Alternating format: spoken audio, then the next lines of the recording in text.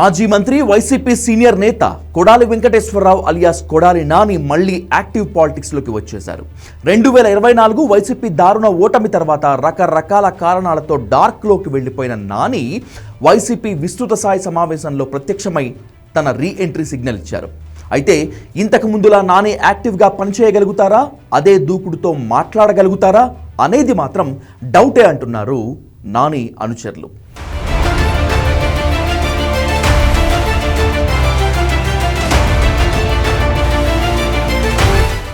AP political fire బ్రాండ్స్లో ఒకరు మాజీ మంత్రి కొడాలి నాని.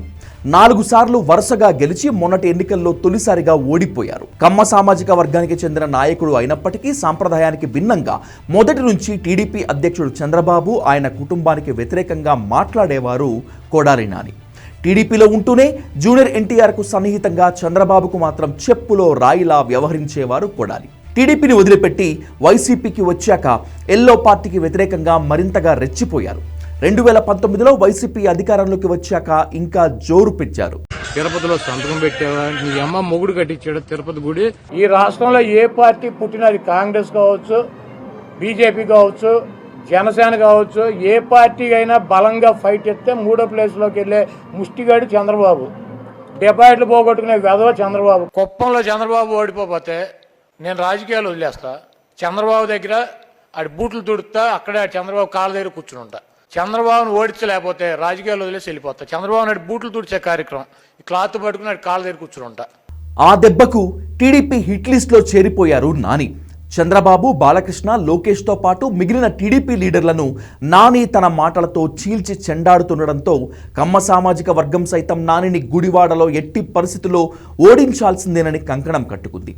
గుడివాడలో మిగిలిన కులాల కంటే కమ్మ సామాజిక వర్గమే నానిని ఎక్కువ టార్గెట్ చేసింది. నాని ఓటమి కోసం పూజలు, వ్రతాలు చేసిన వాళ్లు కూడా లేకపోలేదు.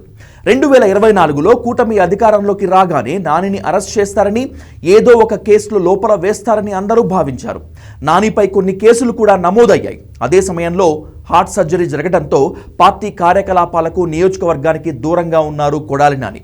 అయితే అరెస్టుకు భయపడే నాని ఎక్కడో దాక్కున్నారని ప్రత్యర్థులు ప్రచారం చేస్తూ వచ్చారు. కృష్ణా జిల్లాలో టీడీపీ హిట్ లిస్ట్లో ఉన్న జోగి రమేష్, వల్లభనేని వంశీ ఇద్దరు జైలుకు వెళ్లి బెయిల్ మీద బయటకు వచ్చారు. ఇక అదే హిట్ లిస్ట్లో ఉన్న పేర్ని నానిపై చాలా కేసులు నమోదయ్యాయి. అయినప్పటికీ నాని పొలిటికల్గా యాక్టివ్గానే ఉన్నారు. కోటి సంతకాల సేకరణ కార్యక్రమంలో మాత్రమే పాల్గొన్న కొడాలి గుండె జబ్బు కారణంగా 6 నెలలు రెస్ట్ తీసుకొని పూర్తిగా యాక్టివ్ అవుతారని అనౌన్స్ చేశారు.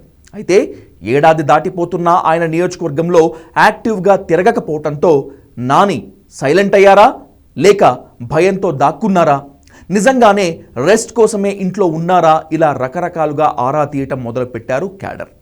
ఈ ప్రశ్నలన్నింటికీ ముగింపునిస్తూ శుభకార్యాల్లో చిన్న చిన్న క్యాడర్ బేస్ ప్రోగ్రాముల్లో పాల్గొనడం ప్రారంభించారు కొడాలి నాని. అయితే పార్టీలో అందరికీ, నియోజకవర్గంలో ప్రజలకు మాత్రం ఆయన పూర్తి స్థాయిలో అందుబాటులోకి రాలేదు. గుడివాడ ఎమ్మెల్యే వెనిగళ్ల రాముపై నియోజకవర్గంలో వ్యతిరేకత ప్రారంభమైంది. అయితే దాన్ని తమకు అనుకూలంగా మలుచుకునేందుకు వైసీపీ క్యాడర్ నాని అందుబాటులో ఉంటే బాగుండు అని చర్చించుకోవటం మొదలుపెట్టారు. అదే సమయంలో నాని వైసీపీ అధినేత జగన్ని కలిసి వచ్చారు.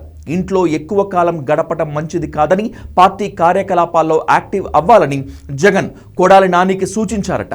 ఆ తర్వాత కొద్ది రోజుల్లోనే పార్టీ విస్తృత స్థాయి సమావేశానికి కూడా కొడాలి నాని హాజరయ్యారు. ఆ తర్వాత బయటకు వచ్చి చంద్రబాబు, లోకేష్ ఇద్దరిని ఓ రేంజ్లో ఆడుకున్నారు నాని. ఇప్పుడు చంద్రబాబు నాయుడికి, లోకేష్కి, లేకపోతే ఆయన మిత్రపక్షాలుగా ఉన్నటువంటి పార్టీలకి వాళ్ళకి తెలిసింది, ముఖ్యంగా చంద్రబాబు నాయుడికి, లోకేష్కి, ఒకటి మోడీ గారు ఎక్కడన్నా కనపడితే ఇట్లా వంగిపోవటం, పవన్ కళ్యాణ్ కనపడితే ఇట్లా కూర్చోవటం, ఈ రెండు వీళ్ళిద్దరినీ పోగొట్టడం. ఇక మైకు దొరికితే జగన్మోహన్ రెడ్డి గారి గురించి తల్లి, చెల్లి, గొడ్డలి, గడిది గుడ్డు అని చెప్పి ఈ కబుర్లు చెప్పటం. ఈ తప్పించి 2 సంవత్సరాల్లో నువ్వేం చేసావురా బాబు అని అడిగితే తల్లి, చెల్లి, గొడ్డలి, లేకపోతే సైకో, లేకపోతే వాళ్ళు కనబడితే లేకపోతే ఇట్ట. ఈ డ్యాన్సులు, ఈ సొల్లు కబుర్లు తప్పించి 2 సంవత్సరాల్లో చంద్రబాబు నాయుడు గారు చేసింది ఏంటి ఈ రాష్ట్ర ప్రజలకి?